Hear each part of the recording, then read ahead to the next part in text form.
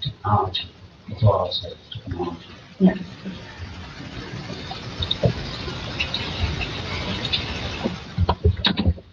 Are these hybrid meetings? Sorry? Are these hybrid meetings? Tonight's meeting is broadcast on YouTube. We also have it on GoToMeeting in case somebody wanted to interact.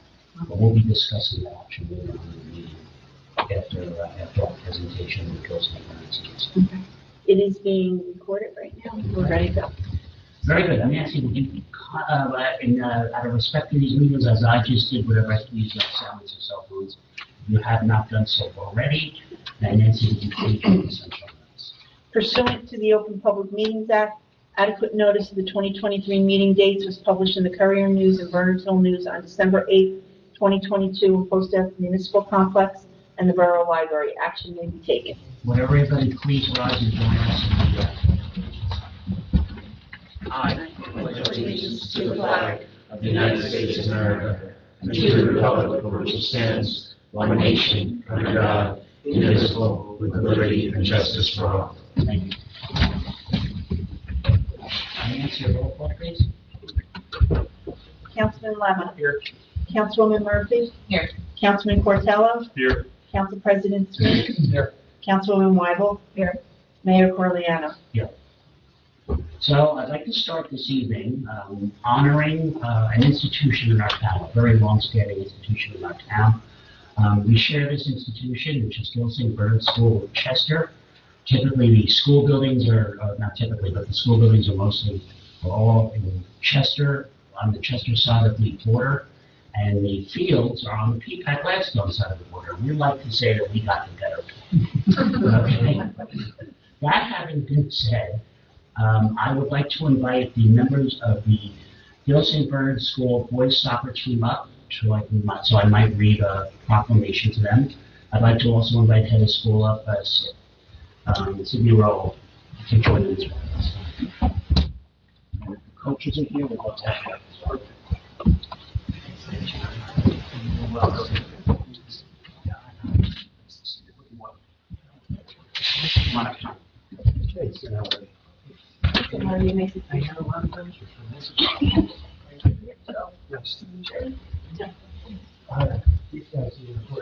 You guys are being part. Hi, I'm Nick. Daniel and Nick. Okay. You have a brother on the team. No, they don't want to. Okay. Anyway, I'll get that. If I mention your name, raise your hand so everybody knows who you are. And if you have a video on this and you're on this, raise your hand as well. So this evening we have a proclamation honoring the Gilsing Bird School boys soccer team. Whereas the Gilsing Bird School's boys soccer team, the Knights, completed the 2022 season with a tremendous winning record of 16-6-1.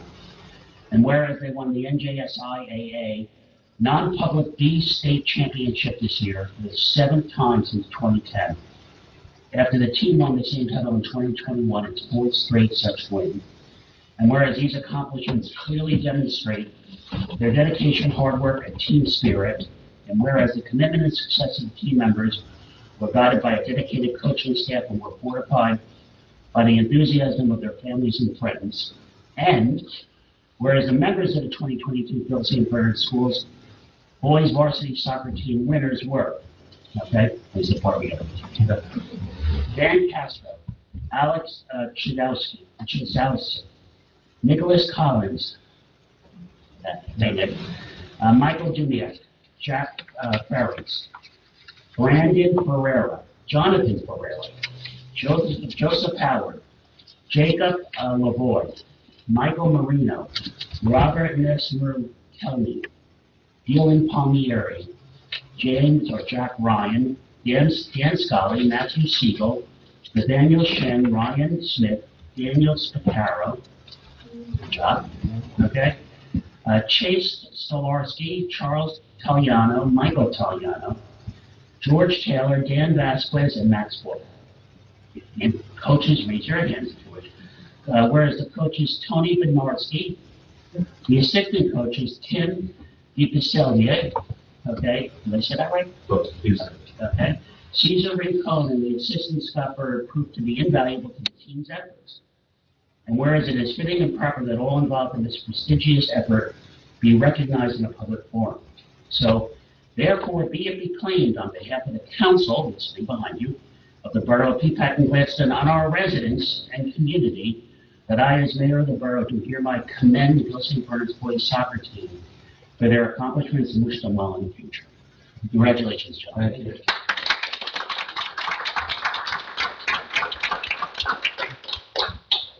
That's it. They don't do the tournament of champions in soccer? Not in soccer. Not in soccer. I think they did. Yeah, not anymore.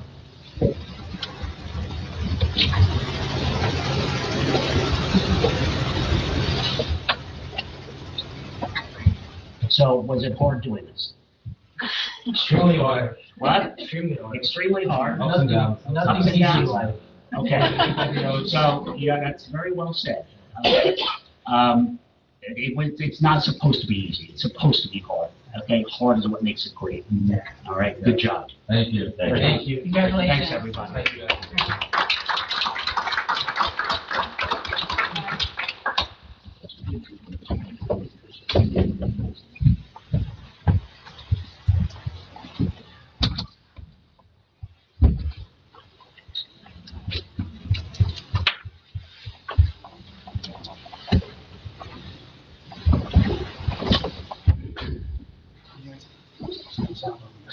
Okay, moving on. So now we're at the point of our meeting where we have public comments related to non-agenda items. These are limited to 5 minutes per person. You may comment on any non-agenda subject pertaining to borough issues. Comments pertaining to items on the agenda are held to the end. Please note that debating between residents, and we ask that you address the mayor and council at the microphone, providing your name and address. Any comments from the public or audience? How about online, Nancy?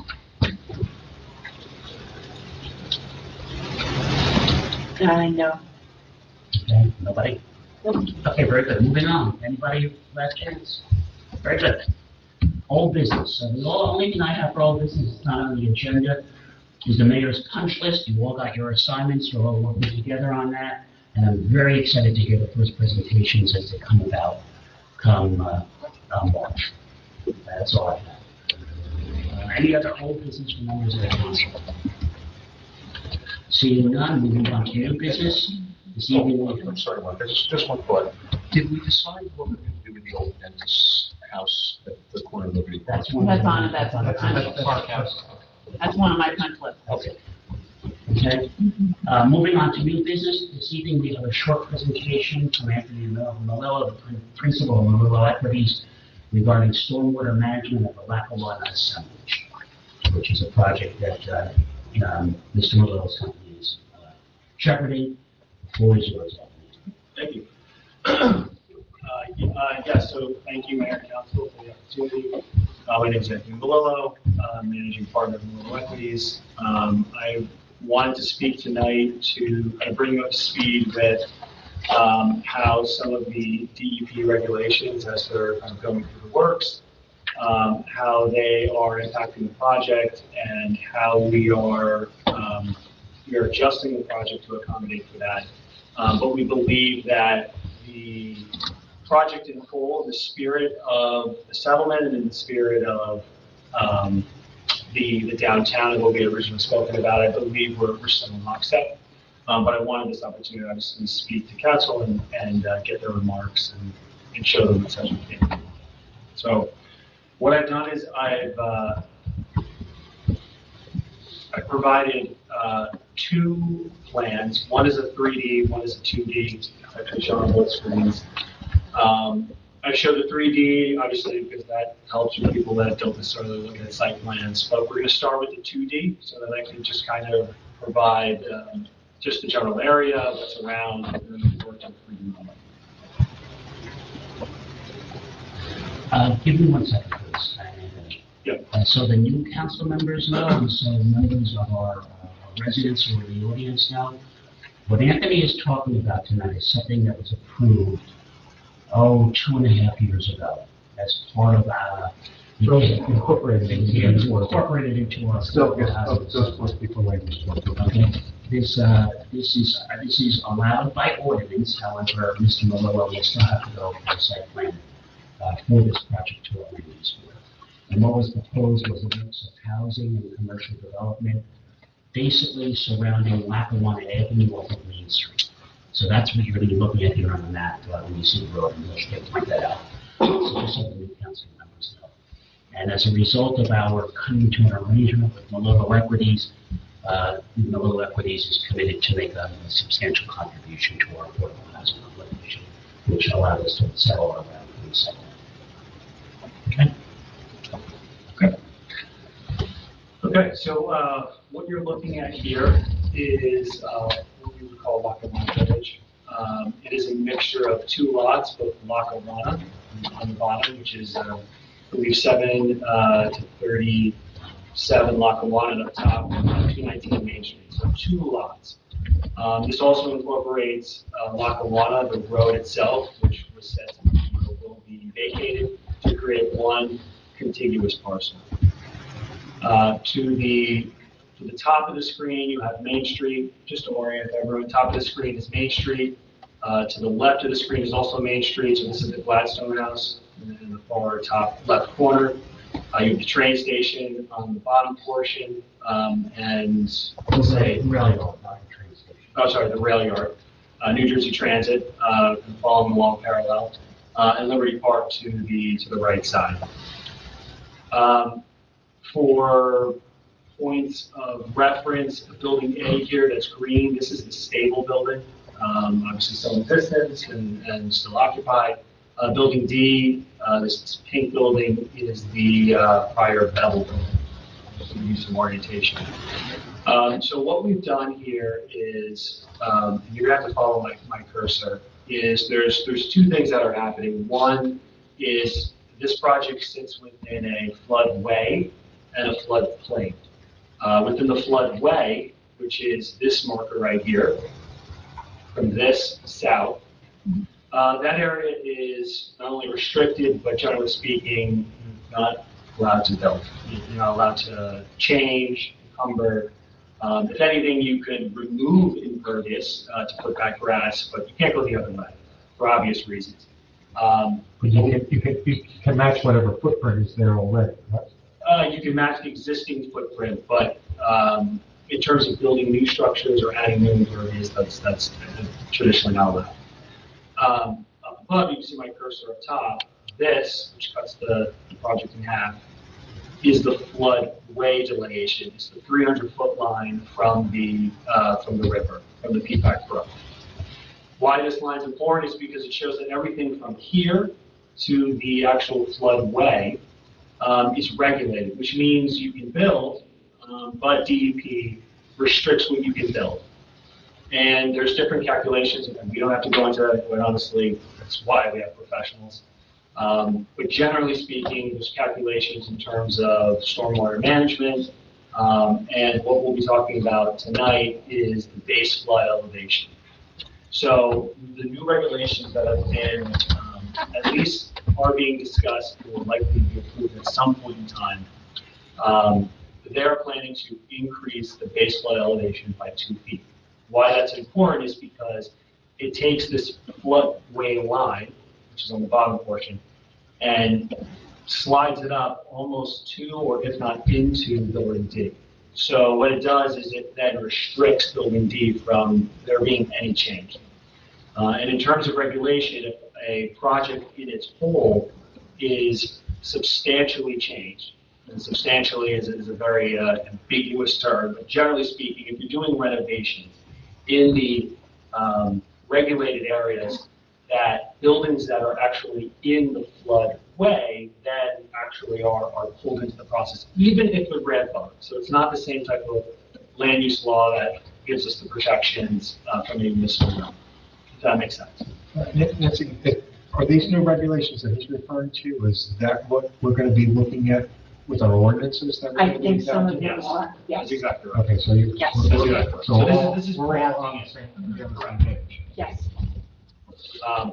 So what we've decided to do is there's two conversations that will happen here. One is there's been a shift of, let's call it, for lack of a better term, density, from the tail end of the project, which we were going to put additional density on top of building D, which is the pink building, and we've slid that to buildings B and C, okay, which are the blue and the yellow buildings.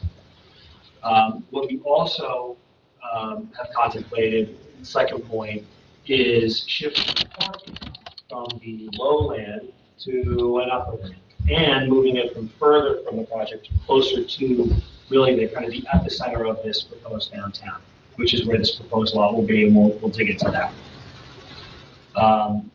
In addition, what we would be proposing as well is a subdivision. So this is the only way that, in terms of DEP regulation, that we would be able to do what we want to do on Main Street up front, which is buildings A, B, and C, but also be able to retain building D for a use. Now, let me be clear what that means.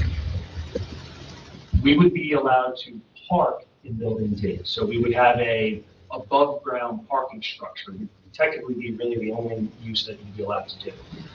In the ordinance, I believe we're not allowed to have above ground parking structures for obvious reasons. And plus, aesthetically speaking, you likely wouldn't want that anyway walking into Liberty Park. So what we're trying to do here is, by subdividing it, removing it from the project and keeping the existing shell frame exterior, but renovating it. And with a renovation permit, we'd be able to beautify it, but be able to keep it. So that's the general proposal. That's the first piece. What would the intended use be then of building D beautified? So prior to, it's always been used as like a light industrial. So we're familiar with Bevel, what they used to do. There was sales in the front, but then they also had tax shops and inventory and production in the back, fulfillment center in the back. So something probably along those lines. There are approximately 40 spots, 35 to 40 spots within that subdivision, within that impervious parking lot. If you do a 4 per 1,000 count, that's 10,000 square feet, 10,000 square feet of commercial use. So technically, it could be a lot of different things. It could be office, it could be a retail center, generally speaking, of some sort. But again, being sensitive to the parking generation, probably some type of light industrial, which again has a lot of options with that. That answers your question. Sure, thank you. So again, the second piece to this is the parking lot, moving from this lower land within the floodway up to lots 201 and 205 Main Street. Actually, we can zoom into this. Okay, so to orient, top of the page is Main Street. I have to the left, far left, you have Gladstone House. To the right, you have Liberty Park. South, you have the Lackawanna Village. These effectively would be two existing homes. They would stay exactly the way they are, unchanged. Existing masonry garage would stay exactly the way it is. There right now, as you can see underneath on the existing site plan, you can see this parking lot that's existing. And you can also see an existing drive aisle that connects on 201, this is 201 Main Street, that connects all the way to the back, with a little turnabout and a garage. And the idea here is to, and again, this is pure concept, so don't necessarily look at the proximity to the lot line or anything like that. Wasn't that the original driveway in on the other side? On the right? Oh, yes, yes. No, but he's putting it on the other side now, isn't he? Abandoning the driveway to one. Correct, and actually, Councilman Sweeney, there's existing drives on both 205 and 201, but we would just be keeping one. The reason for this is because of the change in elevations, there needs to be an emergency exit, as you can imagine, for a development of this size. Originally, we had hoped to exit through building D of the subdivision, so coming through here and up through 191 Main Street. So that's not a possibility anymore. So our setback, because you can't enter into a floodway to exit out of the floodway. So really what our option is here, that we would use 205, and this is really the discussion, is to use 205 at that emergency egress. That's one of the concepts. So now I have a model that we can look at three-dimensionally. And then let me just ask you, so it would only be for emergency use, access to the parking lot for the parking would be through the village? Well, okay, that's something that we could talk about. If I'm sure there's sensitivity with dumping cars into a different part of Main Street. I think originally when we had spoken, it would come from the main entrance, which is by the Staple Building and Equitac. So the emergency would be the baseline use. It could also have a function of exiting. It could be two-way if that's beneficial, but at the bare minimum, it would need to be a means of exiting the project. So now if I can just quickly walk you through the project. So here's again, just want to caveat this. This is a rough three-dimensional model, not what it's going to look like. This is massing. This is basically taking the engineer's plans and quickly massing them so you can get a sense of where the density will be. Again, not having the architect touch and start putting facades and so forth, but you can get a sense of elevation. You can get a sense of the existing buildings, the size of those, and so forth. So let me just orient everyone in a sense again. Top of the page is Main Street, which moves down to the left. Also Main Street, the Gladstone House is right here. South of the page is the New Jersey Transit, runs parallel. You have Liberty Park off to the right side. So what we were speaking about beforehand is, Councilwoman Murphy mentioning the egress out. So this would have been through Main Street, into the village, and then from here we were planning on exiting potentially into 191 Main Street, which is right here. That's unfortunately not a possibility. So what we've had to do is, beforehand we had underground parking. Again, we don't need to get into that, but we've had to elevate this area to be able to connect up into the upper lots to be able to exit the property, which is shown here. So you get a sense of the idea of where and how low.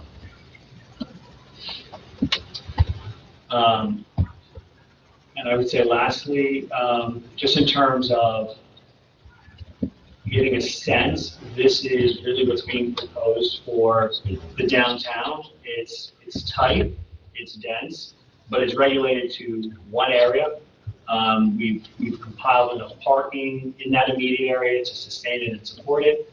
But for all intents and purposes, all the conversations that I had with everyone, this gives, again, Gladstone that downtown presence, that idea of when Saginaw Beach in the downtown. This is the perfect downtown.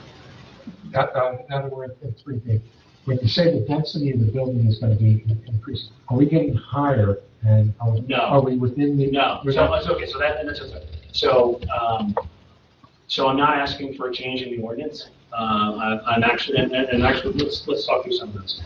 So there was sensitivity with building A in terms of its height, and obviously for some of the owners in the Gladstone House, that's not changing. It's exactly the same. There was sensitivity to a 3-story building on Main Street right here, as you can see. That's not changing. Most of these buildings, if you look at either the original settlement or if you look at the ordinance itself, these are all really permitted in what was originally contemplated. Then in this proposal, the Equitac building will be taken down? This proposal and the prior would be taken down. And the idea was to, again, while the building, it happens to sit right in the middle of the development. And to be able to open it up, there was really no other way.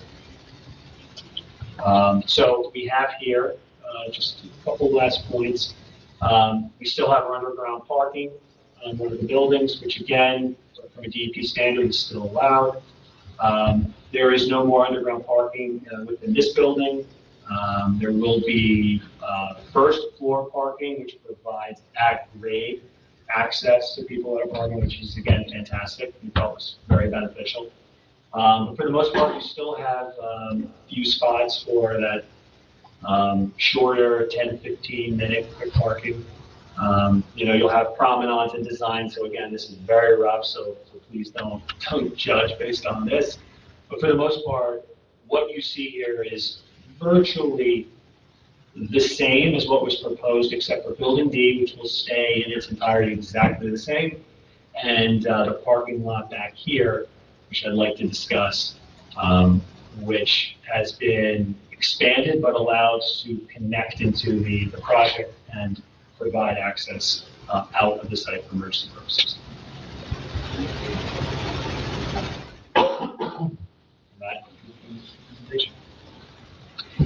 And for the residential units, their parking spots will be identified at some of the underground in the building. No, so DEP regulates that, so only commercial would be. So where are the designated spots for the people who rent? For the residential, would be on the upper parking In the lot. yellow? Correct. No, they wouldn't be designated, so traditionally for our buildings, we like a shared parking model.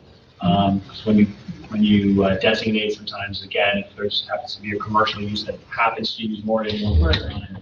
So it's a first come, first served. That's exactly right.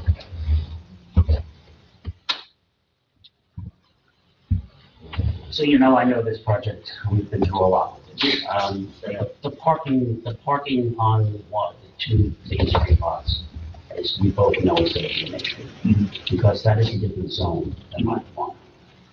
Lackawanna is a new zone, and while the parking was allowed in that zone, now you're in the BN zone behind these two houses. Correct. And that amount of parking in that zone would require a variance. Yeah, and probably an impervious, yeah. Correct. So the impervious coverage, there's about an increase of about 500 square feet. So there would certainly be. I do realize this would be a variance, and I'm not asking for an ordinance change. I just want to get feedback in terms of doing this and what the knee-jerk reaction would be. I do plan on taking this to land use and getting their reaction as well.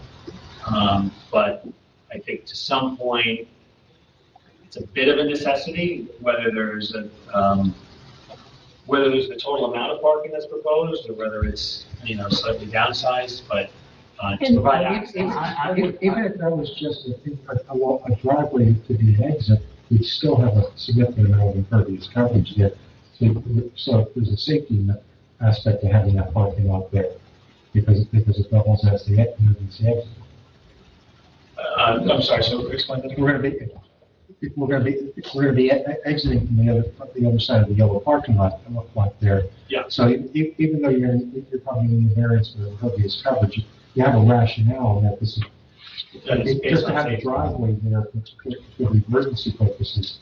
You're going to have a fair amount of impervious coverage out of necessity. So adding on the spaces is not that significant. Is inconsequential because you have the drive aisle already. Yeah. The impervious coverage that's to the west of Bevel's.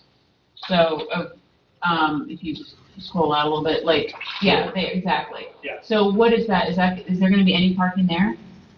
Oh, so okay. Because that's in the floodplain. Yes, and actually, so that would be left untouched. You're allowed to kill it. You're allowed. Could you decrease the impervious coverage there? Could you? Oh, absolutely. So I'm sorry. So let me explain. So because of the stormwater regs, this project will 100% have less impervious coverage. When there's more impervious coverage, there's a whole added layer of regulation that we completely want to sidestep through this process. So there will be less impervious to the total, and significantly less even what the ordinance allowed. What I was referring to is up top here, which is actually a separate block and lot. Right, no, I was just wondering if we could basically balance out added impervious behind Main Street. If you were, and subtract. Oh, yeah, I mean, absolutely. There'd be a significant decrease in impervious on the backside. And would that be like a lawn type scenario, like you have, the grassy knolls throughout this project? Or it could be, I mean, again, anyone that walks behind the Bell building will see it. I mean, it's Right. basically, curb to curb of impervious. So to pull back any of that and create, landscaping buffers and visual interest through grass, Mhm. trees and bushes, you'd be pulling from that route. So again, this is a very rough and preliminary. This is civil, getting our hands on it, running it through the DEP regs, understanding what we can do, and then just quickly putting a massing model. But I mean, the greenery, as you can imagine, for the projects that we do, will follow suit. It will be beautiful. So you asked the thoughts of the council on this, and I have to, as a responsible party, suggest, and I'll let John Brewer opine. I don't, it's probably not wise to ask the council to comment on that. Okay. Because this is really a land use matter. It's not a council matter. Okay. If you're looking for a variance in the DN zone, the parking lot. Okay. I do appreciate do you see what I'm saying? Well, no, that being said, I'm glad he's here so that this is all taking place in. Well, can I maybe That rephrase? having been said, I very much appreciate the challenges we're facing to make this work. And we want to work with you. We want to see this be successful, and we want to get our affordable housing and so forth. But I think it could be compromising to the council if you were to ask their opinion of what they thought of this before you went for land use work. Especially for those of us on the land use board. Yeah. Because that means we're out. Could I maybe rephrase the question and say, is this, since the council's purview is really the settlement agreement and the ordinance itself, could I say that, does this follow in spirit to what the original ordinance drafted is? I would say it's not inconsistent with our expectations. Well, I have one exception to that. I guess we all had aspirations of seeing the unattractive devil building with the rounded turtle roof and all that give way to a nicer structure that integrated well into the neighborhood and not, as you mentioned earlier, light industrial. So I guess I would have preferred to see that option rather than, and I know you'll address it. Well, no, that's I thought he was going to. If you beautify it to something similar to what you've done elsewhere in town, that's something we would expect from that, or would you retain sort of the same? No, I mean, Oh. no, yeah, it would. But I'm not so worried about the look.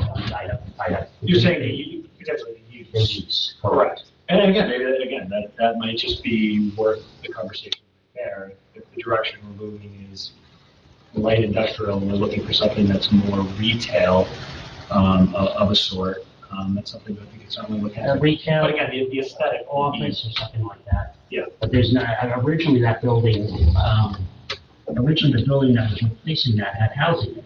Correct. Okay, then that housing is no, I believe on the upper levels, That's correct. and the lower levels were commercial. That's correct.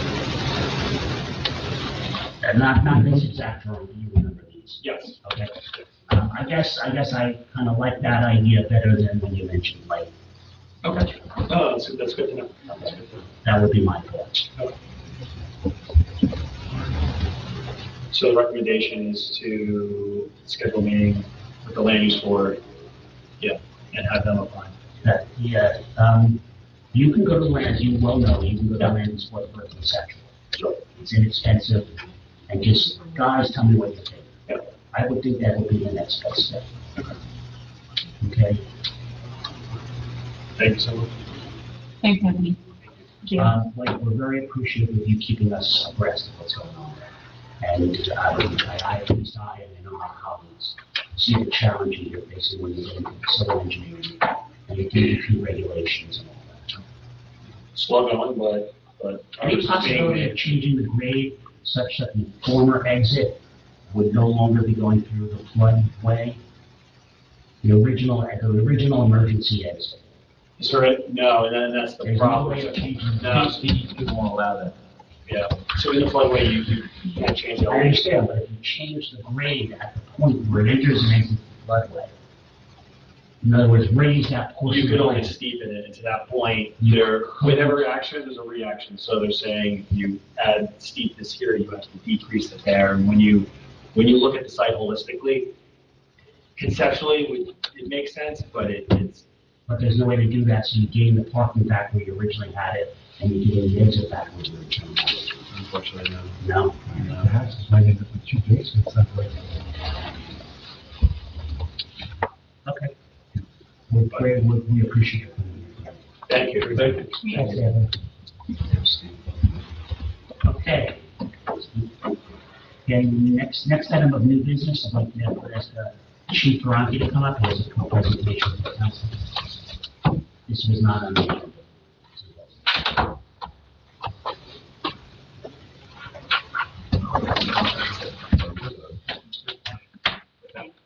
So happy Valentine's Day.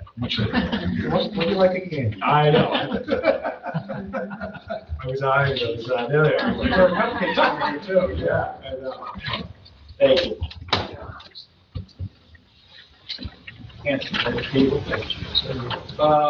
No, this is. Thank you. All right. This looks kind of retro. So just by way of background, the police committee has been, we've held 2 meetings so far with the chief. And both times the topic of patrol cars have come up, and the lead times in ordering cars of the current color. And this prompted some discussion. It's going to show us what is going on. Thanks, everyone. I appreciate a couple minutes of your time tonight. So what I've handed out to everybody is a mock-up. We've been working with Meg Walters to work on some designs, some lettering changes and things like that. This is what we've come up with as of now, which everyone's looking at. It's the new pass design as well as the vehicle design. We moved a couple things around on the vehicle design. I did send this to the police committee, got it. And then this afternoon, I sent a copy of this out to everyone so they can see it. Meg has actually since just emailed me a few minutes ago and sent me an updated version she did. So this is just something I made up. I just moved the patch, as you can see, toward the front quarter panel. It was on the door before, and then we centered the police a little bit underneath the PEAPACK and GLADSTONE. So really, what we're looking to do, one of the main issues we have is getting blue vehicles. Our last one took a year and a half, which we just recently got by the end of the year. Blue is very tough to get. There are 2 states that purchase them for their state troopers, and they get probably 98% of the vehicles in that color that we use. We've had blue vehicles since prior to my start in '99. We don't like the blue vehicles, but I think it's time for a bit of an update. Lettering. One of my guys actually brought to my attention that they don't teach script anymore, and our vehicle is lettered in a cursive. So, yeah, I kind of laughed at that. I'm getting old, but at this point, we want to go with more block lettering and updated views, which you're looking at right here. Meg gives us several designs, but one of the things we found is that we currently have 6 blue vehicles outside, because right now, aside from the unmarked car, which we call car 2, which is the black vehicle, everything's blue. So it's the first time we've had that in quite a while. But what we're looking to do is we're not getting a vehicle this year in 23, 24 will be our next year. Finally, the white vehicles are far easier to obtain. We can, by the time we pass the budget, we can have them probably within a couple of months at max, as opposed to waiting 6 months to 10 months to a year to get the blue vehicles in, if they come in. So what we're looking to do really is to update our vehicles, to change the lettering, to give us a more fresher look. And we're also planning on changing the patch, which is the other photo we have. What we basically do is we reverse the colors and we add the Burroughs logo in the center of that patch. Not to interrupt you, Chief, but just if white vehicles are easy to obtain, blue desired color, have you considered wrapping the vehicles? So wrapping or actually painting. So if you look at this design, so currently with the blue vehicles we have, all we're looking to paint is the 8 posts, both doors, and the roof to be painted white. So if that's something we wanted to do to make all the cars match in one shot, something we could do. We just have to look at pricing and see where we're at with that. But that's something we can fade in over time. So that those are options that we have, but they're there. The wraps tend to be economical. As opposed to We got a price. The price on wraps and the price on painting. The problem we have with the wraps were that if we scuffed it or something, we'd tear it around versus the paint. So we had one of the vehicles that we got was a black and painted blue. It's car 4, which is that time right now, which it looks pretty good. So it came out nice. We have a 3 or 5 year warranty with that. paint job. So if anything happens, we take it back. So this is, gives us a little bit of a different look in town, the white and the blue, because painting a full vehicle would run us about $1,400 to $1,500 a vehicle. We're actually we're waiting for a quote on painting and wrapping just the white portions. So as you can see in that picture. So that's what we propose. Again, Meg's been great. She's been doing a bunch of designs for patches and vehicles. And I'll forward that out to everyone. Like I said, I just got it a couple minutes ago from Meg, so I will send that to you. It's a more better looking version of what I did for you here. So we'll get a chance to do that. And that's what we propose moving forward for our vehicles. But I'm always willing to listen to any comments anyone has, so we can make any sort of tweaks. But right now that's between the guys that we. Everyone's taking a look. Everyone seems to like this design, like the coloring and such. So Steve, if you got an all-white vehicle, that would be the cheapest option. Yes. Obviously, the wrapping thing. You guys still had a preference for the bicolor. The majority of guys like the bicolor. The white was kind of too much, but they like the fact that we still had a little bit of the blue there. I think a lot of departments around us have gone to a gray and black type look. So I kind of didn't want to blend in with what everyone else was doing. I like to know what cars are versus cars. Exactly.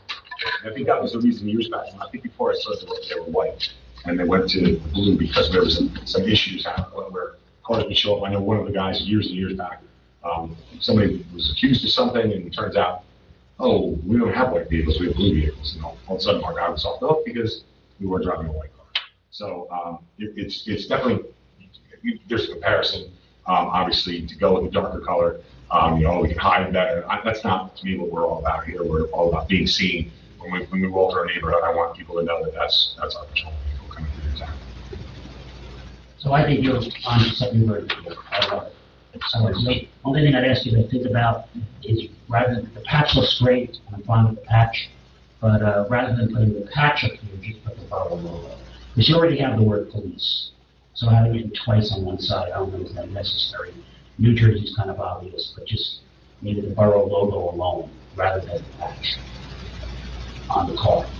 Okay. So you're talking about just the circle. Yeah, that's, by the time you put this on there, the borough logo can be so small, it can be bolts. Yeah, they're roughly, I think the measurements off, the vehicles like the ones you have out there right now, they actually have, it's roughly the same size, basically. But, this is the tile model. Maybe we move it to the door. Think about it. Okay. Do you need any decisions on the patches? So patch-wise, what we're going to look to do is we have donation money for the last few years. What I'd like to do is I'd like to purchase the patches with that donation money. We would work with, depending upon the location of Taylor, the closest one we can find that can do the work with, of course. And what we would do is once we get all the patches, we would get them to a tailor, and we would have the guys that are off on shifts, we would take their uniform shirts down, have everything sewn on, so they return to work there, everybody's the same. That's what we're doing. I don't hear any objections, so I take silence as a consensus. Silence is good sometimes. But again, if anybody has any comments or anything, including. Chief, I'm gonna ask Nancy to put a resolution on the next agenda to adopt this new patch as a police logo. Okay? Great job with that. Thank you. Yeah, it does, Meg. We just came up with the coloring and did the rest for us, so appreciate it. Thank you. Thank you, everyone. Good night. Moving on, any other new business items from the council? Seeing none, miscellaneous discussions and approvals. Let's start with the CDBG grants. Yeah, I'll pick up on that. I sent an email out to the council on that, because the town has not done a CDBG grant quite some time.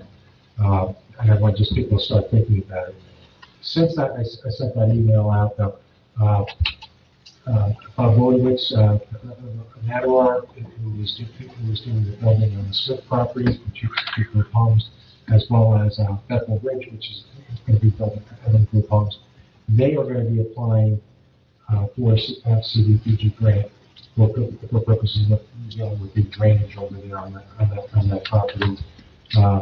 We could still actually consider, I'm not the roads committee, but in a meeting with one of the residents on Ashmore, to improve the drainage, possibly installing Belgian block curbing on that part, so that when the storm sewers actually have a place for the water to get funneled to.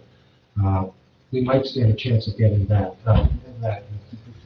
because they have been doing a lot of things with sewer drainage, and if I also just think in terms of anything, in terms of accessibility, that's another area where they tend to want those rates. And that's all I have on. May I suggest, well, my 2 cents on that part? We are putting a load on the residents of that part, but it's been going in there, and they know about it, it's been like that for 20 years. However, not only would I like to see that road to improve, Belgian block will look very nice, but also a sidewalk. So we have, the sidewalk we probably have to look into, because it's a narrow street, and I'm not sure where the easement is. I know. Yeah, it's a project, but I think that's warranted. All right, if there's no objection, we can tie in into the Affordable Housing Committee. I'll talk a little bit more about it, because we're going to be meeting with them tomorrow. Okay. All right, moving on, we have a letter from a resident regarding a road opening denial at 14 Street Hill. Nancy, do you just want to recap that? Sure, I can do that. They are building a brand new home on this property, and they are looking to open up the road to do a gas connection. And they would need, the Sheep Hill Drive will come off of the moratorium in August. And they would like to do this a couple of months earlier so that they can finish the building of their home. And in the letter, they said that it wouldn't disrupt the main paved area of the road, it's just on the side. Water would. And once you break the seal, you've broken the seal. It never becomes quite the same again. But the gas and the electric does not require asphalt. Only the water does. That's the way I read the letter. Right. So they would only be opening the road for a water connection, not for gas or electric. Correct. Because those two utilities run on the grass next to the road. Okay. Well, on that one, that's it. When that came out, I sent a copy of our ordinance, which is 2014, I think it was passed. It says the only exception would be for an emergency situation. It doesn't say hardship.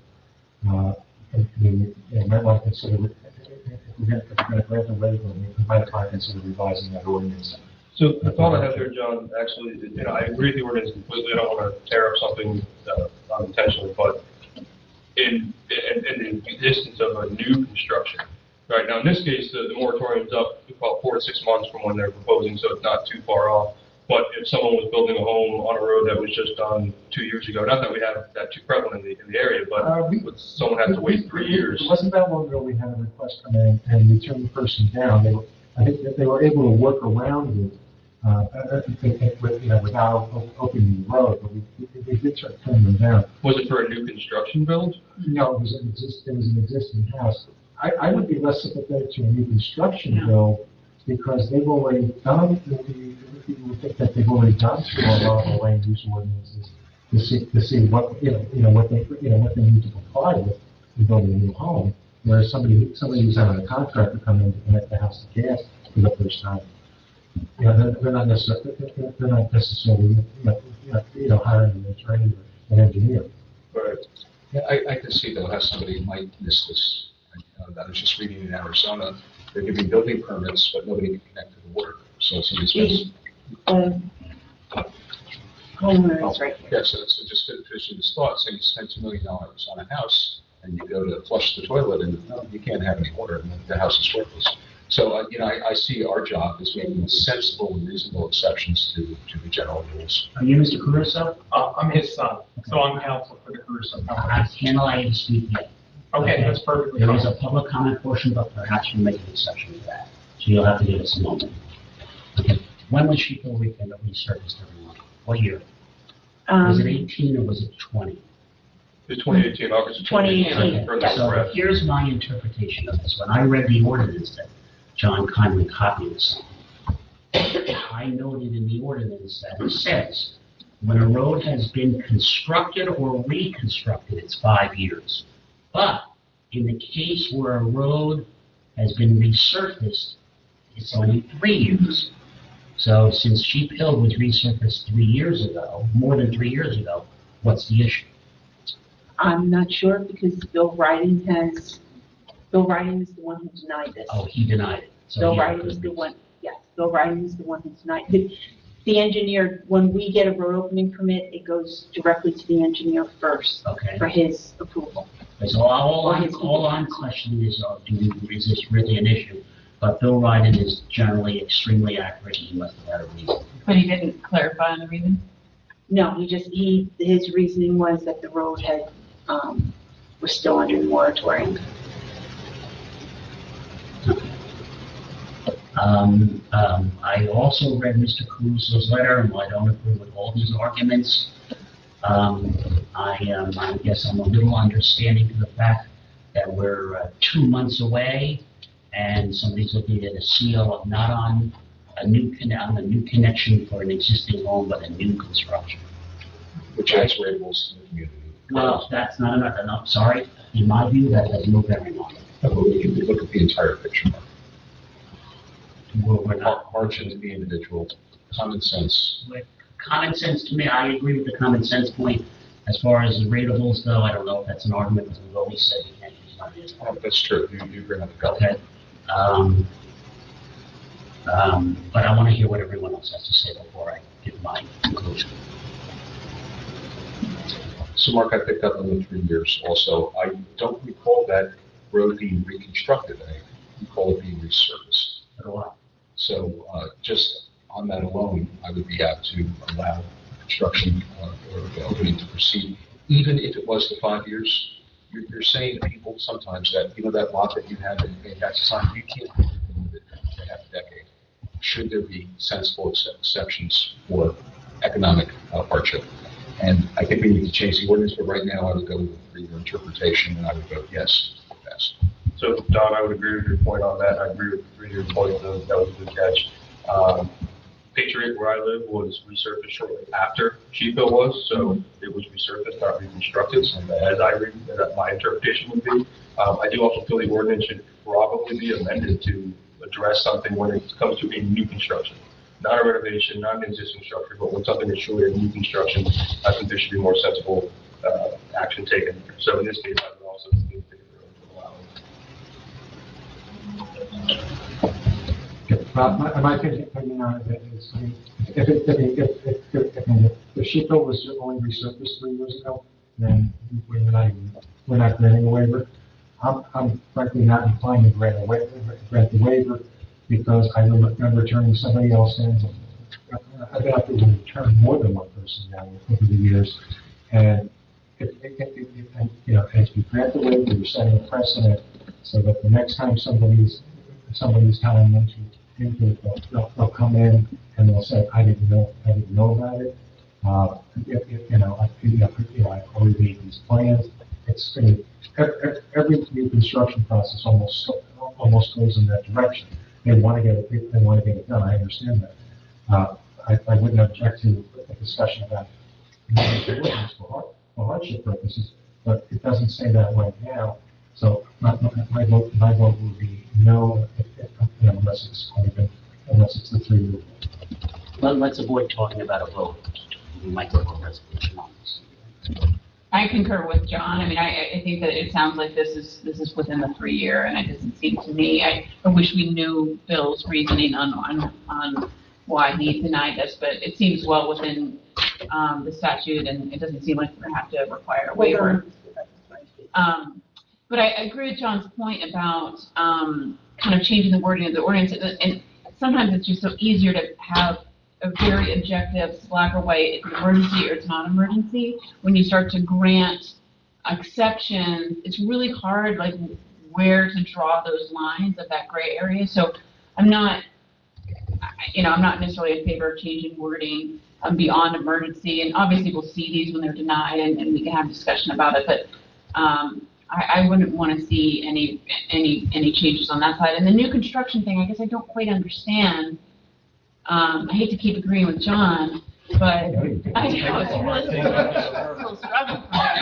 But you know, I feel like a new construction can sort of plan ahead of schedule and be like, well, this road was just reconstructed or repaved, and you know, to the point where if you break open a street, it's never the same. If we start to say, again, PG, we're not going to get a ton of new build, but every time there's a new build, we open up a road and it's going to crack and it's going to cost the town X amount of dollars. I don't think that's necessarily what anyone wants either. So, but this situation, I feel like it's within the 3 years. Or it's beyond the 3 years. It's beyond the 3 years of repaving. I don't have, I was looking for bills, but he did not respond to me. He responded only to Susie, so I don't have his response on this. Okay. Did you wish to say something, Joe? Yeah, I think that, since it's beyond 3 years, right, I think it's fine. That's my opinion. And I also like the point that you brought up, Don, about the, you paying taxes on a property, and then you can't, you know, do this kind of construction. I think that's a fair point. I'd like to add one add-on to John's comment. Take it for what it's worth. He's right. I believe he's absolutely correct that we denied somebody not very long ago who wanted to open Highland Avenue to put a gas line. And they ended up finding another solution. Their solution was, I happen to know because they're a neighbor, they put a propane tank in instead. Okay? However, there was a difference, and that was Highland had been repaved not less than a year ago when they came and requested it for us. So Highland was a relatively refresh paved. If you concur, here's Solomon's suggested answer. If the councilman wishes to make a resolution to give a waiver for this road opening and gets a second on it, and they would dictate out a resolution and we'll take a vote, we'll see where it goes. So one question on that. If I could just sort of direct a question to help me ask my question. Well, John, give me up on this one. Yeah, you can actually, if there's not a motion and a second, or you could even supersede that. So there's also the other possibility of there's no need for a resolution if you concur that under the current ordinance, this would fall outside the 3-year period, then you don't need to take a vote on the resolution. Well, that's what I'm driving at now. So my quick question, yes or no, is would a 2-week delay impact? Yeah. I agree. Right, would a 2-week delay materially impact it? This is 2 months. No, I'm saying 2 weeks so we have. We can verify the 3 years. That's exactly where I'm going with this. Incidentally, I texted Bill when the issue first came up. I have not heard back from him yet. So the decision on the 28th impact you in any material way? No, I'd be willing to concede that to the mayor and council. Okay. So thank you. What my suggestion would be is why don't we tee this up for the next meeting, get a definitive answer from Bill. In what way was this road reconstructed? Because the preponderance of the council people don't believe it has been, and he could have made a mistake. He's very efficient and focused on details. But let us understand that rationale. And then it may turn out that it is not an issue, and perhaps there would be. Sheepville's not that old a road that it would have been a reconstruction. We reconstructed parts of Mosley, but Sheepville's a new subdivision. Exactly. So then to John and Jamie's point, it would be then just saying, no, the interpretation of the reconstruction is incorrect. It's 3 years. And we didn't grant an exception for a financial hardship, thus setting precedent. If on the other hand, it was reconstructed, we'd have to have this discussion again. That's what I'm saying. It would be a new issue. We may not need a waiver application at all. And then we're not having to deal with a precedent for somebody else coming in. That's Exactly. But allow us the 2 weeks. The Supreme Court always looks for ways out of deciding issues like anyway. So Nancy, maybe on that bill, just kind of. I will talk to Bill and then tomorrow. maybe send out his response to the council. And then decide if it is indeed is a reconstruction, we would then have this up for a vote or action at the next. I will ask Susan tomorrow. I don't believe so. No. Okay. Question I have right now before we move on, like, if this comes up again, right, a very similar situation, but it wasn't the 3-year, what do we do in that situation? Okay, How do we correct this for the future? Facts and circumstances. So we can talk about change the ordinance, but to get broadly from emergency to hardship. Emergency to hardship, is that something we could consider? Okay. Chico was indeed Right. resurfaced in 2020. That's, Brad just told me it was resurfaced in 2020. 2020. And Bill just got back to me and said the same thing. You don't need a waiver. So, No, 2020. Well, No, so his he's 3 right. years would be almost. Summer of 20. August it was probably done. Yeah. Bill said he needs to do the, he needs to check his file, so it was resurfaced in 2020 is what he's saying. Yeah, Brad just told me, he just sent me minutes from August of 2020. we gotta find out what month it was resurfaced. Well, we know that. We know when our roads are resurfaced. They're resurfaced in August, September, October, every year. So this would require a waiver. Well, that being the case, Mhm. why don't we take action tonight then, because we've got to look at the data that we need. Like I said, somebody would have to make a motion in a second. We'd have to take a council vote. Did you want to do that now? That's not up to me to do. It's up to the councilman. Just to get a motion second to just plug that in. I'm on the vote. Okay, that's right. Well, if there's a time. I move that we grant a special relief to allow the owner of the lot to do the road opening in June. If we could do it sooner, so there are components of the house that are going to be installed that require heat in order to ensure that they don't warp. And if I could, I don't want to overstep, but to offer some context. Okay, why don't you, well, let's take your testimony. Why don't you get up? I'm Just sorry. one question first. If the road opening is only through water, No, it's water, electric, and sand. okay, it is all through. I thought the electric, you said the electric, I But guess. that's still considered a road opening, whether it's in the asphalt or whether it's in the right of way, it's still a road opening. So we'll have an exception because you're here, we'd like to hear you. We'd ask that you state your name and your address, okay? You say you're representing your father, so you might want to state that as well, and then we'll take your testimony. My name is Michael Caruso. Address is 67A Mountain Boulevard Extension, Warren, New Jersey, 07059. I'm representing my father here tonight. He is building a new construction on Sheep Hill Drive. We submitted a construction permit and received approval of that permit at the time. Unbeknownst to us, there was a moratorium on the road. And it's not something that was readily discoverable by us in performing our due diligence in this period. One of the things that was not mentioned in the letter, and I think is kind of compelling, is as a policy for the town to consider. We don't want to restrain the alienability of property within the town's limits. If a road is resurfaced and somebody owns a lot that they're paying taxes on, and they attempt to sell that lot that they've been paying taxes on, a potential buyer will say, no, I'm not buying because you have a road opening moratorium. So we're restraining the alienability of property. And I think that's a policy that's harmful to the individuals who live within the town. The other thing that I would ask you to consider is we are up on the end of that moratorium. We are going to need to open the road, but it is going to be under extremely limited circumstances. Now, I understand the gas and electric are within a 10-foot right-of-way off of the actual asphalt pavement. That still requires a road opening permit. So I would ask at the very least that you consider that differently than the water itself. So the water is going to require us to break the asphalt. And candidly, I think there are compelling reasons to allow us the opportunity to break the asphalt and to obtain the water connection here. And I understand that it's going to interrupt the moratorium that is in existence, but not by much. We're talking 2 to 3 months earlier. So insofar as compelling reasons, I think equity permits this. I believe that there are justifiable reasons. And because we've done something in the past, and we've said no in the past, doesn't make it right. There's an opportunity to do something different here, and I think this council and the mayor are open to looking at a revised ordinance.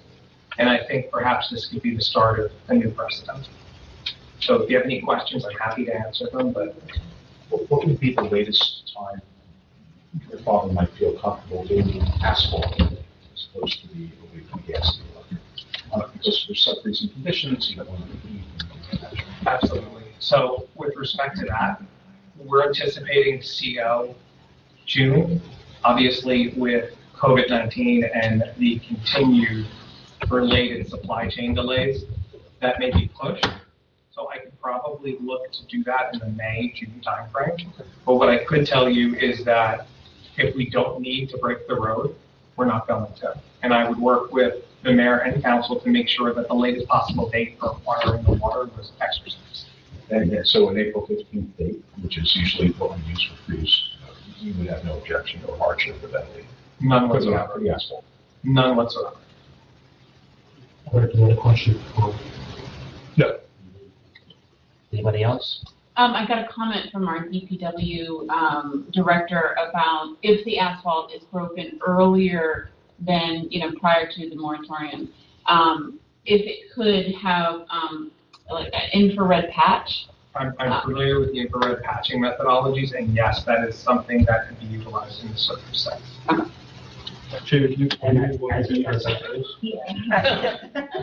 Well, we can ask Brad to explain it if you want.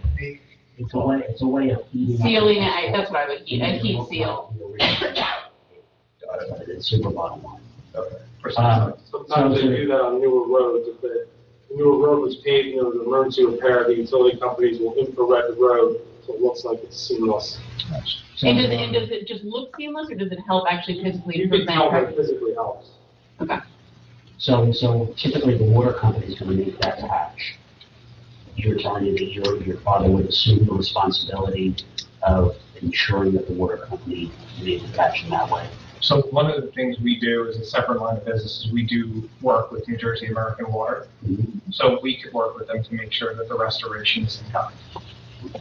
And if this is something that you're saying is a requirement in order to move this forward, then yes, we would subject ourselves to that. Okay.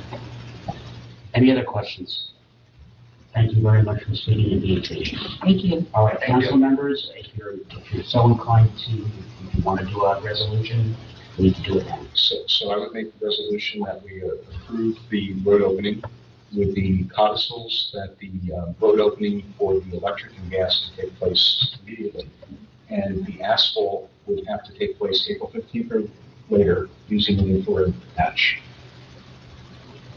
So. Discussion. Yeah, okay, so that's it. Discussion from the council. And April 15th is like the designated freeze, because I think of the freeze date as later than that, not for roads, but for like plantings, right? Let me ask Brad. Brad, is April 15th a safe date, or should we roll it out? You're talking about repair? Yeah, they'll repair the asphalt. Okay. So it would be at a minimum of April 15th. Right. Not earlier than that. Not early, right. Okay, any discussion by the council? There's one comment. I mean, they made the comment about restraint on elimination of property, issue for a moratorium, and don't try to make it almost nonsensical. I mean, our job up here is to protect the taxpayers' investments in the infrastructure of this town as well. And that frankly is the purpose of the moratorium. So, in my mind, we say yes to you, we're disregarding all the other residents of town that actually paid to have that road paved. So that's, I mean, it's not a simple black and white issue. It's not a Fifth Amendment because it's a limited time. You make a valid point. And it's, it's an ordinance that exists just like the zoning ordinance. You can buy the property, but you can't put a skyscraper there. I didn't put much credence to that one argument about the restraint on eligibility. Many other municipalities have gone before us with similar ordinances. But, I'm not going to comment on the merit of the other ones. That one from a legal standpoint, it didn't resonate with me. I don't know that would be a meritorious argument. I understand the rest of the arguments. Any further discussion? Okay. Obviously I can't vote on this, but may I make a recommendation to the council members that if you're gonna do this resolution now, that perhaps you incorporate the commitment to have the infrared tax done by receivable letter from the applicant. And you'd have to modify your resolution. I would modify it to include the letter from the applicants attesting to that. Second? Second. Okay, so now, any further discussion on that? Hearing none, roll call, please, Nancy. Councilman Lana, Yes. Councilwoman Murphy, Yes. Councilman Cortello, Aye. Council President Sweeney, Nay. Councilwoman Weigel, Aye. Okay, passes. yes, it passes. Good work, council. That's how we get things done. Good luck. Thank you very much. Appreciate your time and consideration. Okay, next up, G, library renovation. All right, so the library, I met with Councilwoman Dietrich was there. She's the library liaison, friends of the library, and then several people involved in the Somerset Library group. And basically, at this point, you know, for new on the council and for those in the public, the library, the Friends of the Library have been trying for years and years and years to get a new library, and it's gone through many transitions. The most recent in the last couple of years was the hope to get some significant grant money to do a fairly extensive renovation in addition to the library. Those grants failed, that money is gone. So the reality is we're going to have to stick with the footprint of the library that we have now. Currently, the library needs new carpeting, it needs new paint, it needs some updates. So our group met with the idea of, can we move forward with a redo of the library using the Friends money, using the plans from their planner they use, their architect, Iavino, the base of them, and move forward with the library project now. Instead of doing these kind of Band-Aid fixes of carpet and paint, and then, you know, hopefully a couple years down the line do this project. Let's just get it going. So basically what I'm asking from the council is to get a consensus to basically tell the Friends of the Library that we're supportive of taking that footprint and doing a couple changes, right? There's 3 elevations in the library, taking it down to a minimum of 2, possibly a single elevation, raising, it has the same kind of ceilings as this, so raising some of the ceilings, taking away these panels, whatever they're called, I forget. And do some redesign with some kind of social sitting areas, some more computer, you know, stations and so forth. So go back to Iavino, ask him to take the plans that he made for the grant, cut off the addition, tweak it a little bit, with the hope that we could then move forward with this project. And so not only am I asking the consensus for them to go back to Iavino to pay for adjustment of a plan, but really the hope of then down the line that the council would support this rehab financially. The Friends have a pretty good coffer, and so they're very hopeful that their monies would be able to cover a very significant portion, if not nearly all of this renovation. They even offered to feasibly go back to some of the donors from back in the day with Sarah Kay. When all left town. Well, there's a handful. Anyway, to get some even additional funding to what they have. The county library would have some assistance, very little financial assistance, but, you know, book storage and so forth, help, you know, our library's closed down. I have a reciprocity type of situation with Bernardsville Library and Clarence Dillon. So they would assist with that. They're asking for our support for sure for some of the soft costs involved. And feasibly, you know, fingers crossed no, but feasibly some of the other costs. That, I'm not asking you to vote on that today by any means, but they basically want, are we supportive of this project in general? Because they don't want to throw good money after bad. If they come back with refreshed Iavino plans, and we're like, actually, we're not really into this project, it would be disappointing. So that's what I'm asking. Does that make sense? Question. Yes. When we sat down with Brad for our property, we talked about recarpeting the library. Yes. Does this kick that down the road? It does. So basically, you know, we would really hope to get this project going imminently.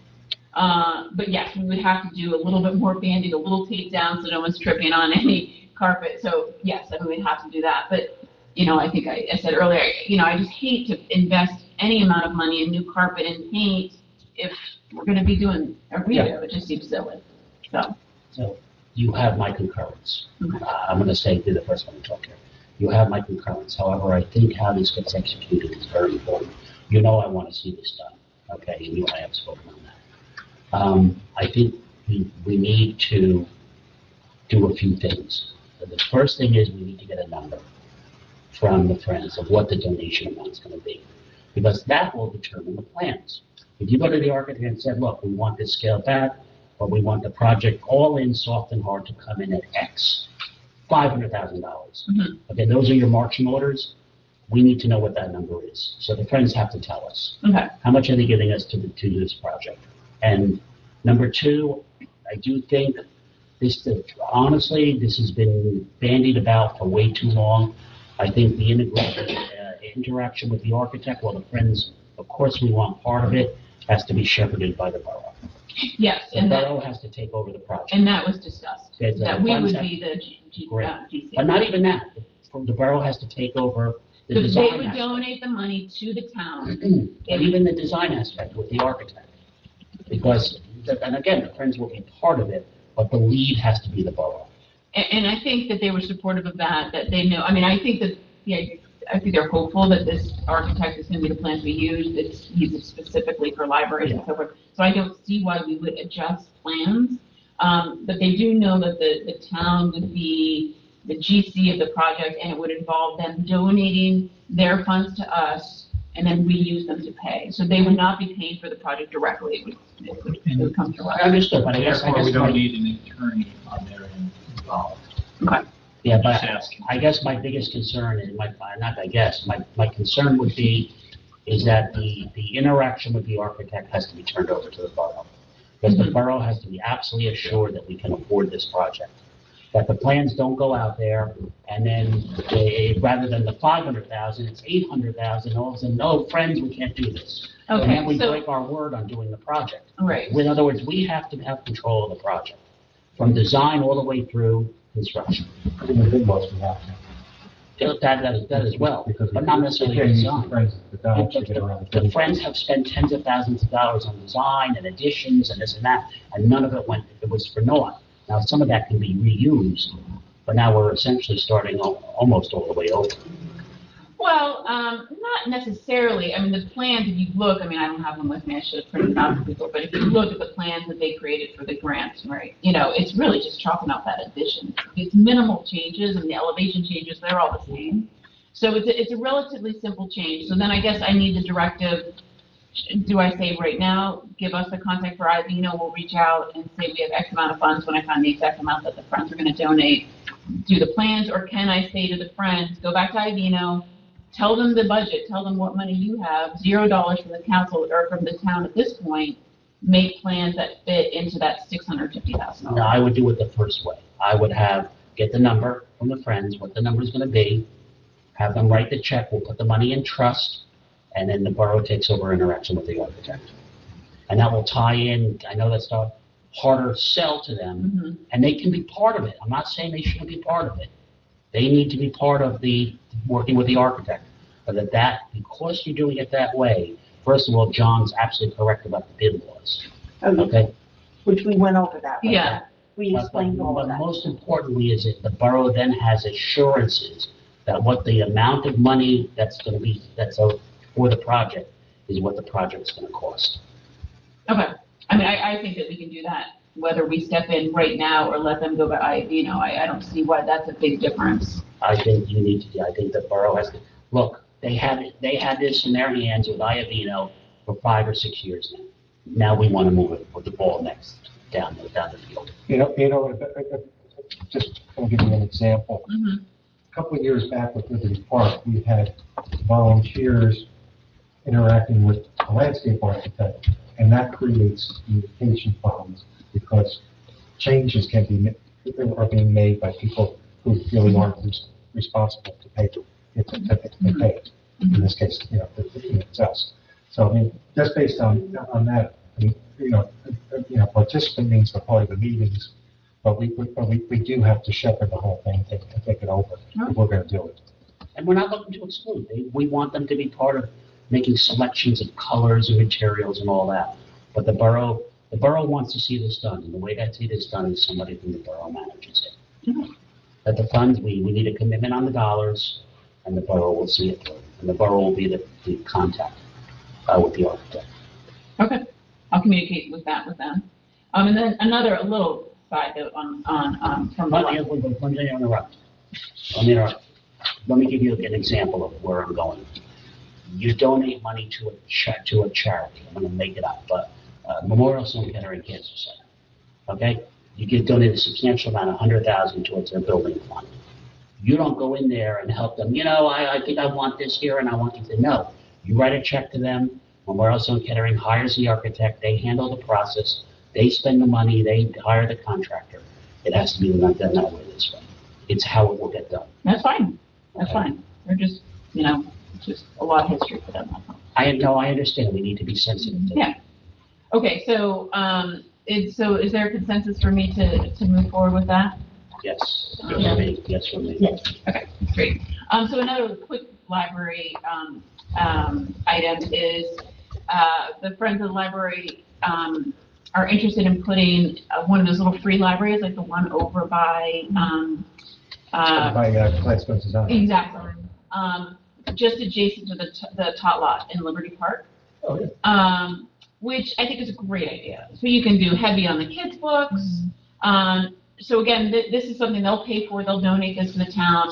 But I know, right? I think it's such a good idea, having spent many hours there years ago. So the only thing that really it would come out of the borough would be the time for DPW to install it. So is that okay? I'd be good for that. Yeah. So it'll be burying the post, and they provide the hardware. They provide the whole thing, and so it would literally just be the installment labor that the borough would absorb. Yeah, I'm fine with that. Okay, great. I think the What town are will those love things it. called again? Little free line. Yeah. I like that. It could be an emphasis on children. Well, that's what I was thinking. The other one is. Although it's nice if it's not going on, so you sit there and your kids are playing, read That's books, true. so it'll be great. Maybe you can sneak very in good. stuff. You just see me New playing novel. this, hanging out the top lot. Okay, moving on. This I'm not looking for a long discussion on. I just wanted to get a feel because I put it on the mayor's lunch list. And that's the open space tax. Currently, we tax for open space trust fund 3 cents per hundred of assessed value. Okay, and that works out approximately to $75,000 a year in taxes raised, and that goes into a trust fund. Our current trust fund balance is around I think it was 1.4 last time I looked at it. Okay, and I'm just asking the council, at some point, we may be holding too much of the residents' money for these projects. I just wanted to get a consensus, is pursuing a 1 cent reduction in the open space tax a good idea at this moment, or do we hold off and look at it in the future? I have strong feelings I know you do. about this. I do not feel like we should adjust this tax. Yes, we have been lucky in the last 2 projects, neither of which has been completed, so I can't even say for sure that the town is not going to have to expend more money. It could change. We've gotten money from the Highlands. We've got additional money from the county, which you don't get to help with these particular projects. But historically, the municipality has to cover 20% of these projects. Projects of which we have like 6, projects in line to move forward with for preservation. And that's just SADC preservation, let alone if an opportunity for the town to purchase, match with Green Acres money, any property. And so there's the use of it in town. And then the other issue, and I feel like it could be a negative cycle a bit, if we go to the county and say we lowered our open space tax, but we'd actually like money from the county to support us, they're going to say, no, you dropped. I got feedback from New Jersey Conservation Fund that the county will look negatively upon us if we drop our tax and then go to them asking for more money. They're just going to say, you could have gotten it from your own town. It's an excellent point, Jim. I completely agree with your point. Yeah, and the reality is, and I don't want to dismiss, tax savings. I understand it. But you told me maybe approximately $50 per resident. No, what I said was on a house assessed at 500,000, it would be $50 in state. Right, so I just think that is a very short-term, financial windfall, if you will, for, what I would concern like of long-term detrimental effects to our open space fund, to the projects that we can do. I think we're on a real roll right now. We've got a council very supportive of conserving, preserving land. We're working with New Jersey Conservation Fund. I'm just. Yeah, Jamie, if I could jump in, Jamie. I was on the council when we increased it from 2 cents to 3 cents. And the selling point, we can increase in the open space tax, because at that 2 cents, we didn't have the kitty that we have now. Now, we were shut out of deal after deal after deal because we didn't have the money and we didn't have the revenue. That 1 cent actually made a difference. But the argument that for the open space tax is that it saves in other taxes, and that every time we preserve a property, be it farmland preservation or a simple acquisition, that's a subdivision that doesn't go in, and that's a family with kids that aren't going to the school system. So there actually is the open space tax really does operate to keep the overall tax down, and that's another reason to keep it until we preserve what we need to preserve. That's a good point. And they say, the use of the open space money, we have a beautiful park now, but it has a lot of maintenance. There's a lot more plantings, and there's more, we're trying to get more trails, right, in town. That's one of your punch lists that Jamie and I are working on. Those are gonna need maintenance. So could the open space money, some of the extras, be used for another DPW worker to kind of oversee all the extra? No, that's really, it's for capital improvement, capital acquisition. Okay. And maintenance comes out of our operating budget. Okay. And by the way, when we all refer to open space, it's the open space and recreation trust fund. Let's not forget that. But to Jill's point, if you renovated the tennis court and make it a pickleball court, that would be. That could be, yes. Open space, yeah. I'm good. I'm glad to hear all this. I had no skin in the game one way or the other, but I do think as a council we have a responsibility to look at all of our taxation occasionally. And I just want to hear the consent of the council on this. Well, just for completion, how does our tax rate compare to those of our peer municipalities? Depends on the municipality. In general. We're probably right in the middle. That's good. I think we're right in the middle. We're certainly not the most expensive in Somerset, but then we're not the least expensive based on the tax rate. And there's other factors to continue to consider, how properties are assessed. Some towns have different formulas and all that. It can be confusing. But we are a less expensive town to live in tax laws than most of our peers surrounding us. Okay, good. Next item I have on, and these are cleaning up some items off the mayor's punch list. I wanted us to talk about, currently we do two streams. One stream is we stream to YouTube, where people can go onto YouTube and they can watch and hear the council meeting. Last year we decided, when we were meeting virtually, we decided to continue the virtual, that would go to section, so that somebody could come in and speak to us. Virtual, the go-to connection. And we have continued that. Very few people connect in. Is anybody in right now? There's 3 people in right now. 3 people are in listening to that, but I wonder if they even know they can get it through YouTube. Because we're not good at promoting that. So what I guess I wanted to talk about regarding this is, it is a fair amount of overhead. It doesn't always work. At our reorg meeting, I had somebody go on to reorg and there was no sound. So the technology is not perfect. What I'd like to discuss here from the council on is, obviously we keep the YouTube thing, that's very easy to do, but do we continue the interactive going forward and require? Do you know the cost of what it is right now for having the virtual capability? Minimal, other than Nancy, the additional burden on Nancy, or who's ever sitting in that seat with Nancy not here. I don't know. I mean, I can't speak to how often it's been used myself personally when I was injured and I wasn't able to attend. it was helpful that I could join. Granted, the sound didn't work, no one heard me, and I missed the first. No one's listening now. But I do think for those who want the ability, especially in this day and age, post-COVID, however you feel that is, to have virtual access for those who may not be able to physically come in, I think it's an appropriate means to have. It's a minimal cost. And Nancy, I understand there's a burden there, but if it's palatable and the minimal cost, I would be supportive in maintaining it or potentially switching providers. That's, maybe Zoom or Teams or something. If we have a Microsoft license within the town, if we have the Teams access, that's something we can consider. Should be part of our subscription, but. I want to add, I use GoTo at work, and it's tough. Teams is easier. I've gotten very well with GoTo. Sometimes though the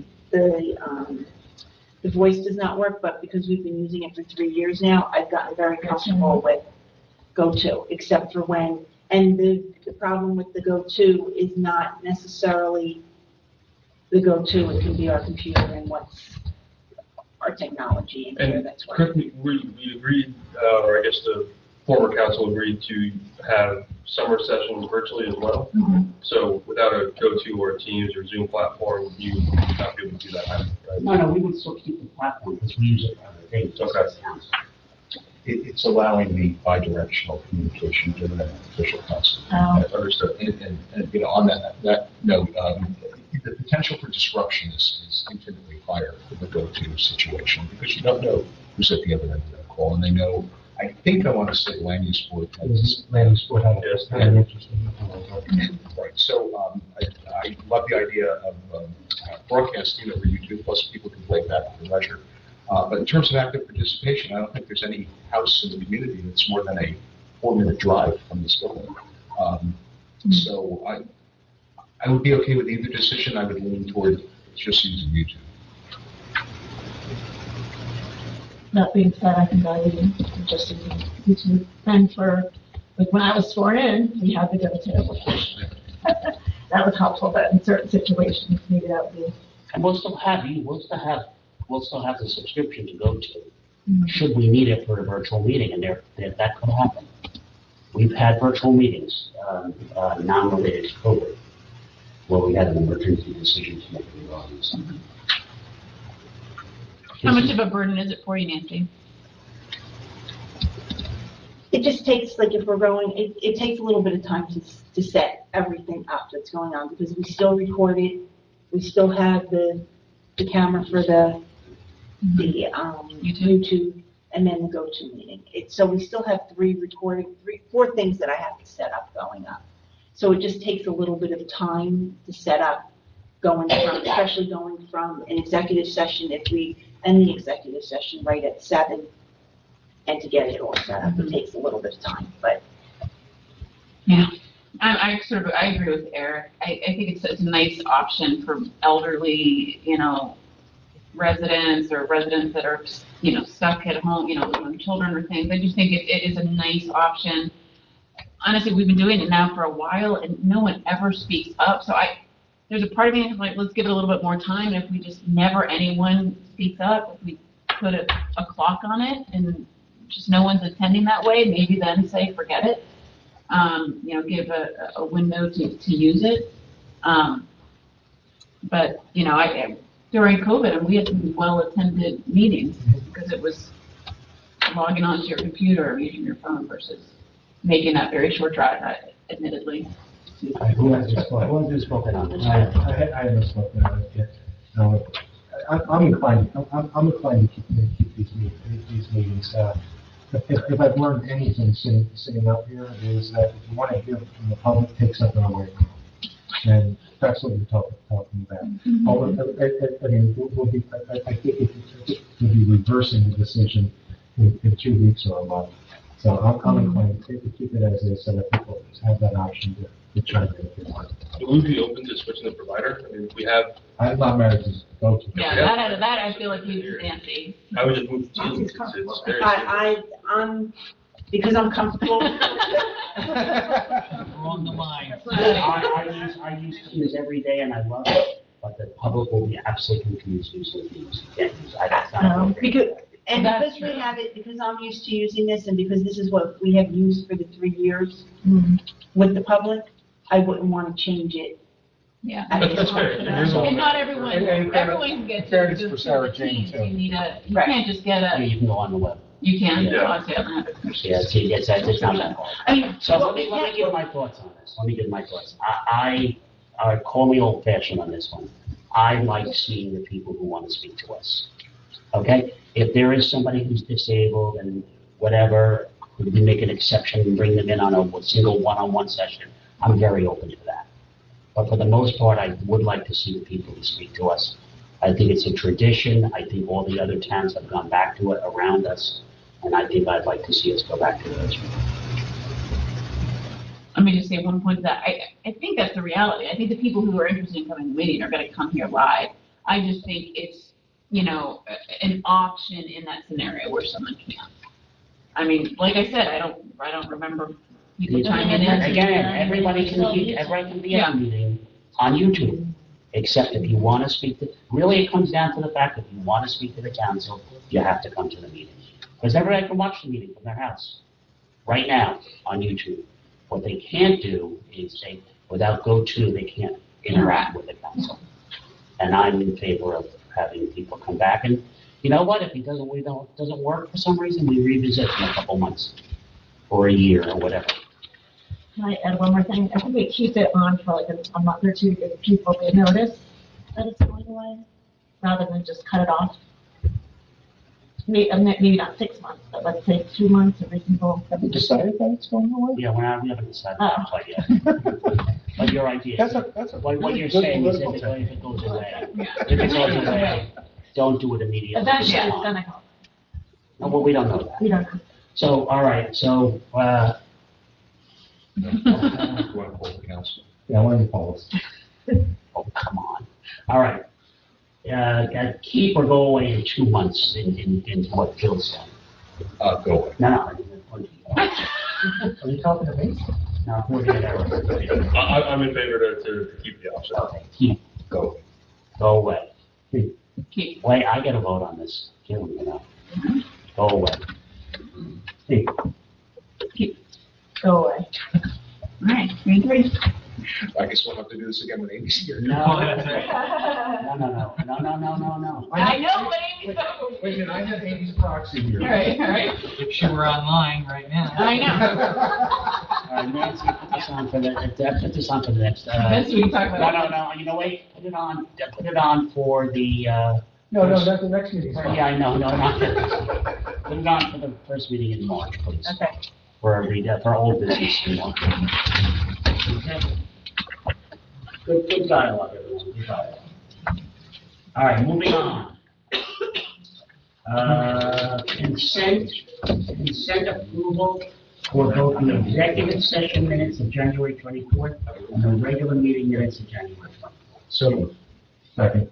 Okay, comments on either the exec minutes or the regular meeting minutes? Actually, you can't make a comment on the exec minutes, but on the regular meeting minutes. No. Hearing none, Nancy, roll call, please. Councilman Lemon? Yes. Councilwoman Murphy? Yep. Councilman Cortello? Aye. Council President Sweeney? Aye.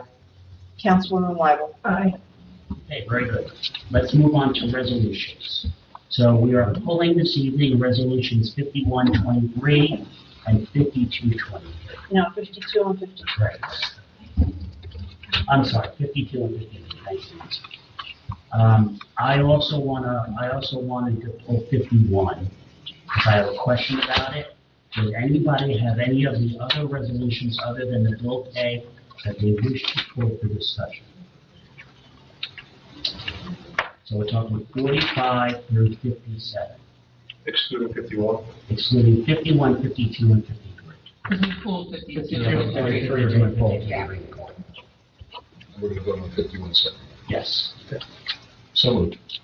Okay, no. Yeah, no, I'm good with I that. didn't ask that. Did anybody have anyone that they want to pull? No. Okay, very good. So we're going to do a consent agenda for 45 through 50 and 54 through 57. Motion, please. So moved. Second. Okay, very good. Questions? No questions. No. Roll call, please.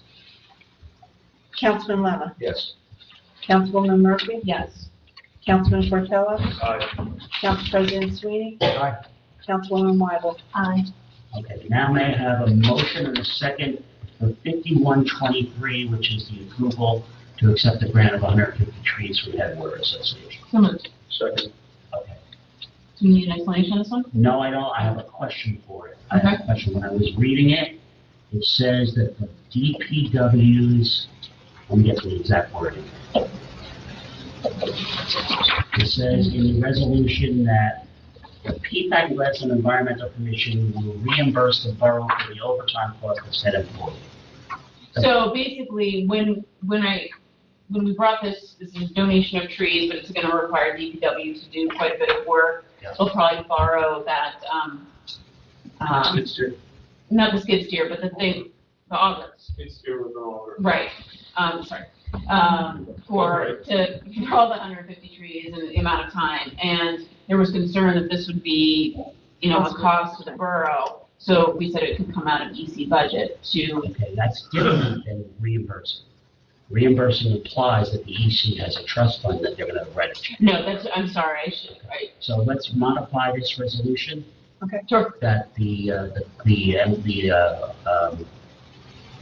payroll costs will be charged to the EC budget. Is that, are you okay with that? Yes. Additional payroll costs. Yeah, No, additional. the total payroll costs. Well, not the total cost for payroll, the day, for the day. I think that is additional for this project. Yes, yes. Additional cost by the. We can't afford to pay the whole team. Yeah, no. Okay, fine, and I'm fine with the wording like that. Okay. Okay, when Nancy's ready, a roll call. You have to have a motion and second as Oh, amended. I guess we did, okay. Motion and second, thank you. Motion and second as amended. Okay, Eric and Jill. Roll call when you're ready, Nancy. Councilman Lemon? Yes. Councilwoman Murphy? Yes. Councilman Portello? Aye. Council President Sweeney? Aye. Councilwoman Wyble? Aye. Very good. Let's move on to 5823, bill pay list. Does any member of the council have any item that needs to be pulled for discussion? Nancy, would you read the total amount, please? $1,087,758.30. Okay, a motion and second, please. So moved. Second. Roll call. Councilman Lemon? Yes. Councilwoman Murphy? Yes. Councilman Portello? Aye. Council President Sweeney? Aye. Councilwoman Wyble? Aye. Okay, that motion passes. Mayor's executive summary. This is what I have. Don, you're going to be speaking on the executive session matter with the chief, you know what that's about. Yes, I already saw him. Okay. John Bruder, you have to reach out to another attorney on a property, right?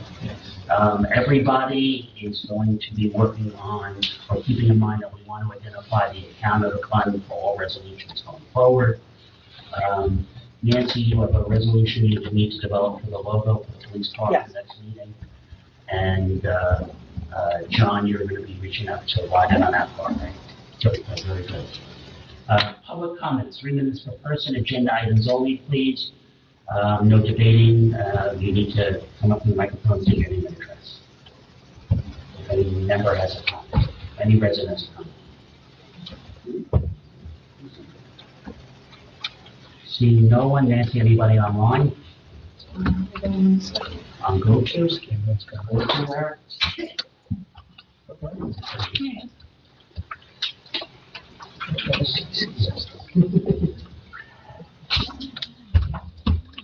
No, there's nobody here. Okay, very good. Any last minute comments from any of the members of the council? Seeing none, the next meeting of the mayor and council will be held on Tuesday, February 28th at 7 p.m. I will unfortunately be away. I have to be away. I have no choice. John Sweeney will be running the meeting at that time. Hearing no further business from anybody, a motion is second to adjourn. So. All in favor? Aye. Opposed? Meeting adjourned. Thank you all very much. Nancy, thank you very much for being here. Oh, you're welcome.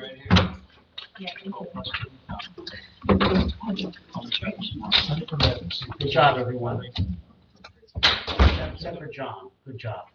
There's an exception every rule. Really, you earned one. You agree with me. I'm rubbing off, you're getting smart. Smart for a long time, my friend.